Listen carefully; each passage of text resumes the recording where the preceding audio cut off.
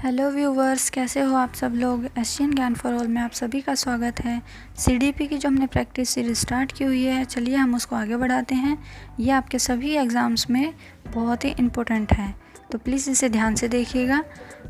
उससे पहले आप मेरे चैनल को सब्सक्राइब कीजिए, बेल आइकन को प्रेस कीजिए ताकि आपको हर नोटिफिकेशन टाइम से मिल सके। चलिए स्टार्ट करते हैं अब अपना पार्ट 37। देख लेते हैं अपना फर्स्ट क्वेश्चन। हमारा फर्स्ट क्वेश्चन है, इसमें प्रशिक्षण एवं अनुभव के द्वारा व्यवहार में होने वाला परिवर्तन को अधिगम कहते हैं। ये कथन जिनका है वह हैं। तो ये चार ऑप्शंस देख के बताइए कि ये जो कथन है वो किसका है। ऑप्शंस देखते हैं, गेट्स, कॉल्विन, C.E. स्किनर, प्रेसी।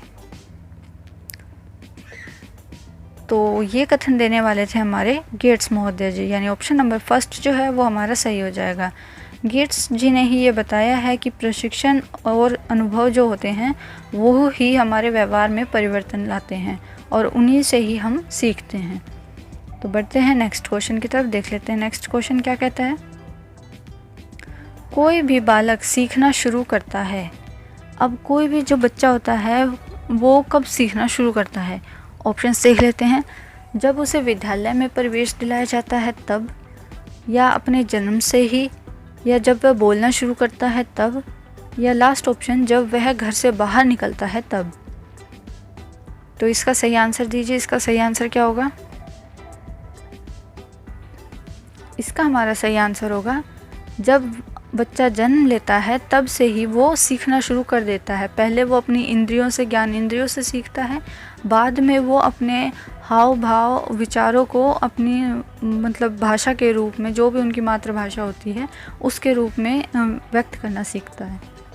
तो देखते हैं अब नेक्स्ट क्वेश्चन। नेक्स्ट क्वेश्चन क्या कहता है हमारा, क्षमता के विकास का दूसरा नाम है। अब इसमें बताना है कि क्षमता जो होती है यानी एबिलिटी जो होती है उसका अगर विकास किया जाए तो उसको अन्य नाम से किससे जानेंगे। अनुभव, परिपक्वता, कौशल विकास, शारीरिक विकास। आंसर होगा इसका ऑप्शन नंबर थर्ड, कौशल विकास। कौशल विकास को ही क्षमता का जो विकास होता है उसको अन्य नाम से भी जाना जाता है। तो देखते हैं नेक्स्ट क्वेश्चन, बढ़ते अपने नेक्स्ट क्वेश्चन पे। ये रहा हमारा नेक्स्ट क्वेश्चन। मनोविज्ञान ने शिक्षा को बना दिया है। मनोविज्ञान यानी कि मन का विज्ञान, जो हम किसी के बारे में जानते हैं वो चीज़ अब शिक्षा में भी यूज़ की जा रही है। और उसने शिक्षा को क्या बना दिया है। पाठ्यचर्या केंद्रित बना दिया है, शिक्षक केंद्रित बना दिया है, विषय केंद्रित बना दिया है, या फिर बाल केंद्रित बना दिया है। तो इसका हमारा सही आंसर होगा बाल केंद्रित, ऑप्शन नंबर फोर्थ। मनोविज्ञान ने शिक्षा में अपना भाग देकर या भागीदारी देकर शिक्षा में इतनी अच्छी इम्प्रूवमेंट की है कि उससे जो शिक्षा है वो बाल केंद्रित हो गई। यानी बच्चों को मद्देनज़र रखते हुए ही हम अपना पाठ्यक्रम जो भी होता है उसका निर्माण करते हैं, या कोई एक्टिविटी करनी हो वो भी हम बच्चे के अकॉर्डिंग ही करते हैं। क्लास में जो डिफरेंट टाइप के बच्चे होते हैं तो उन सब के लिए ही यूज़ में आ सके इस तरीके का हम करिकुलम सेलेक्ट करते हैं। तो बढ़ते हैं अब अपने नेक्स्ट क्वेश्चन पे। ये रहा नेक्स्ट क्वेश्चन। निम्नलिखित में से कौन सा रायबर्न के अनुसार शिक्षा के 3 संबंधों में सम्मिलित नहीं है। ऑप्शंस हमारे, बच्चे और शिक्षक में संबंध, बच्चे और समाज में संबंध, शिक्षक और विषय में संबंध। तो इस क्वेश्चन में हमें ये बताना है कि रायबर्न के अनुसार शिक्षा के जो 3 संबंध उन्होंने बताए थे उनमें से कौन सा एक, ये जो संबंध इन्होंने बताए हैं वो नहीं है। तो इसका हमारा सही आंसर होगा, पहले ऑप्शंस देख लेते हैं, बच्चे और शिक्षक में संबंध, बच्चे और समाज में संबंध, शिक्षक और विषय में संबंध, फोर्थ शिक्षक और विषय में संबंध। तो इसका सही आंसर होगा ऑप्शन नंबर थर्ड, शिक्षक और विषय में संबंध। इसमें थर्ड ऑप्शन और फोर्थ ऑप्शन सेम हो गए हैं, पर आंसर हमारा यही होगा, शिक्षक और विषय में संबंध। तो बढ़ते हैं अब अपने नेक्स्ट क्वेश्चन पे। अधिगम प्रतिफल का तात्पर्य है, जो सीखना होता है, अधिगम होता है, उसका प्रतिफल यानी कि जो फीडबैक हमें मिलता है उससे क्या तात्पर्य होता है। शिक्षक की शिक्षण विधियों में परिवर्तन, बालक के व्यवहार में होने वाला परिवर्तन, पाठ्य वस्तु का परिमार्जन, उपयुक्त में से कोई नहीं।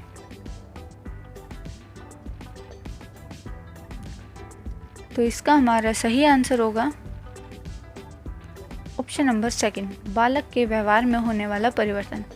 बच्चे के व्यवहार में अगर किसी भी चीज़ का परिवर्तन होता है जो उसे पहले नहीं आता था, अब उसने वो करना सीख लिया है, किसी को देख के, सुन के, या फिर सिर्फ अपनी ही समझ से उसको वो करना आ गया है, तो वो जो अधिगम प्रतिफल होता है वो उसके व्यवहार में ही परिवर्तन देखा जाता है, वो उसके यूज़ टू हो जाता है। फिर उनको पहले जैसे एग्जांपल के तौर पे देख लीजिए कि बच्चा दूसरों को ब्रश करते हुए देखता है, उसको ब्रश करनी नहीं आती है, वो धीरे धीरे अपने आप से शुरू करता है, पकड़ता है, कभी इधर मारता है, कभी उधर करता है, दांतों को सही से साफ़ नहीं कर पाता है वो, पर वो जैसे जैसे उसको सीखना शुरू कर देता है, करना शुरू कर देता है उस काम को बार बार, तो उसको वो काम अच्छे से आ जाता है, तो उसके व्यवहार में परिवर्तन हो जाता है कि पहले उसे नहीं आता था फिर बाद में उसको आ गया।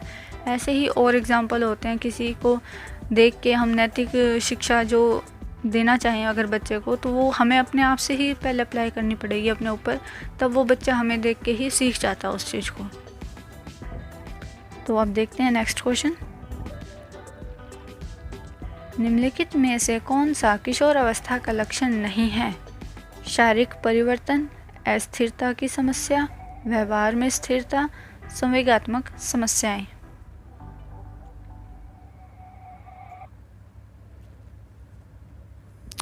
तो इसका हमारा सही आंसर होगा व्यवहार में स्थिरता। किशोर अवस्था तनाव और संघर्ष भरी अवस्था मानी जाती है, जो कि स्टेनले हॉल ने बोली थी, और इस अवस्था में शारीरिक परिवर्तन भी होते हैं, समस्याएं भी अस्थिर रहती हैं, वो कभी भी सोल्व आउट नहीं हो पाती हैं उस एज में, और संवेगात्मक समस्याएं भी देखने को उस टाइम पे मिलती हैं, क्योंकि एक बच्चे का और दूसरे बच्चे का जो देखने का नज़रिया होता है, समझने का नज़रिया होता है, वो सब में अलग अलग होता है इसलिए। तो इसमें जो थर्ड ऑप्शन है व्यवहार में स्थिरता, वो गलत है, क्योंकि व्यवहार में स्थिरता उस टाइम पे हो ही नहीं पाती है, सामंजस्य बच्चा स्थापित कर ही नहीं पाता है समाज के साथ में। तो बढ़ते हैं नेक्स्ट क्वेश्चन की तरफ, देखते हैं नेक्स्ट क्वेश्चन। निम्नलिखित में से कौन सा शिक्षा मनोविज्ञान के अध्ययन की वस्तुनिष्ठ विधि नहीं है? इन चारों ऑप्शंस में से देख के हमें ये बताना है कि जो शिक्षा मनोविज्ञान होता है, अगर उसका हम अध्ययन करते हैं तो उसमें वस्तुनिष्ठ विधि वो नहीं है। आत्मनिरीक्षण विधि, उपचारात्मक विधि, प्रयोगात्मक विधि, निरीक्षण विधि। तो इसका हमारा सही आंसर होगा ऑप्शन नंबर फर्स्ट, आत्मनिरीक्षण विधि। आत्मनिरीक्षण विधि में हम अपने आप अपने चीज़ों का निरीक्षण करते हैं, तो वो उसमें सच्चाई कितनी होती है कितनी नहीं होती है उसको हम एग्जैक्ट मेज़र नहीं कर पाते हैं, तो इसलिए वो वस्तुनिष्ठ नहीं होती है उस टाइम पे। देखते हैं next question.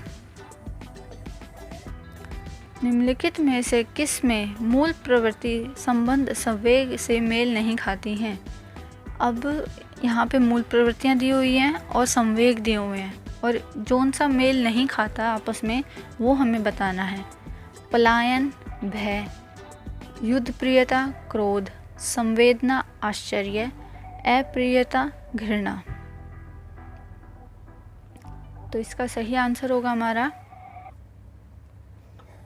Option number third, संवेदना, आश्चर्य। ये जो संवेग हैं ये आपस में मूल प्रवृत्ति से मेल नहीं खाते हैं। मूल प्रवृत्ति अगर पलायन होगी हमारी, तो ऑब्वियस सी बात है किसी चीज़ से भय होगा हमारा, तभी हम उस चीज़ को छोड़ देते हैं, करना छोड़ देते हैं, या फिर किसी और चीज़ की तरफ चले जाते हैं उस चीज़ को छोड़ के। युद्ध प्रियता अगर किसी के अंदर देखी जाती है तो वो क्रोध से ही हो सकती है, क्योंकि युद्ध तभी होता है जब इंसान में क्रोध हो, आक्रोश हो, किसी चीज़ का लेने का बदला लेने की इच्छा जब उनमें होती है, तभी वो युद्ध प्रियता को अपनाता है। और अप्रियता अगर होती है, यानी किसी इंसान को या किसी चीज़ को या कोई भी खाने की आइटम है उसको अगर हम नहीं अच्छी लगती है, वो अप्रिय होती है, तो हम उससे घृणा करने लगते हैं, चिढ़ने लगते हैं, उसको अच्छा नहीं लगता है उसको देख के। तो इसमें ऑप्शन नंबर थर्ड जो है वो हमारा ठीक हो जाएगा। देखते हैं हम नेक्स्ट क्वेश्चन पे। ये हमारी वीडियो का लास्ट क्वेश्चन है। शिक्षा मनोविज्ञान शिक्षक को मदद करता है। अब शिक्षा मनोविज्ञान जो होता है वो शिक्षक को किस प्रकार से मदद कर सकता है? बाल विकास का ज्ञान प्राप्त करने में, बाल स्वभाव तथा व्यवहार जानने में, बच्चों के चरित्र निर्माण में, उपयुक्त सभी के लिए। तो इसका सही आंसर होगा ऑप्शन नंबर 4, उपयुक्त सभी के लिए। यानी बच्चों को अगर ज्ञान प्राप्त कराना है तो भी बाल विकास हो सकता है उससे, और वो भी हमारी शिक्षा मनोविज्ञान में शिक्षक की मदद कर सकता है। बाल स्वभाव के बारे में, उसके व्यवहार के जानने में भी मनोविज्ञान सहायता करता है शिक्षक की। उनके चरित्र निर्माण में भी मनोविज्ञान शिक्षक की सहायता करता है। तो तीनों ही ऑप्शन हमारे सही हो जाएंगे। तो इसका जो लास्ट ऑप्शन है उपयुक्त सभी के लिए, वो हमारा सही हो जाएगा। तो ये थे मेरे CDP के कुछ क्वेश्चंस। आपको ये कैसे लगे प्लीज़ मुझे कमेंट बॉक्स में कमेंट करके ज़रूर बताइए। और हमने GK की भी सीरीज़ बनाई हुई है, वो भी आप हमारे चैनल पे जाके देख सकते हैं। उसका लिंक मैं आपको आई बटन में दे दूँगी, आप वहाँ जाके ज़रूर देखिए उसको। अगर वीडियो अच्छी लगे तो प्लीज़ मेरे चैनल को सब्सक्राइब कीजिए, बेल आइकन को प्रेस कीजिए ताकि आपको हर नोटिफिकेशन टाइम पे मिल सके। थैंक्स फॉर वॉचिंग एशियन ज्ञान फॉर ऑल।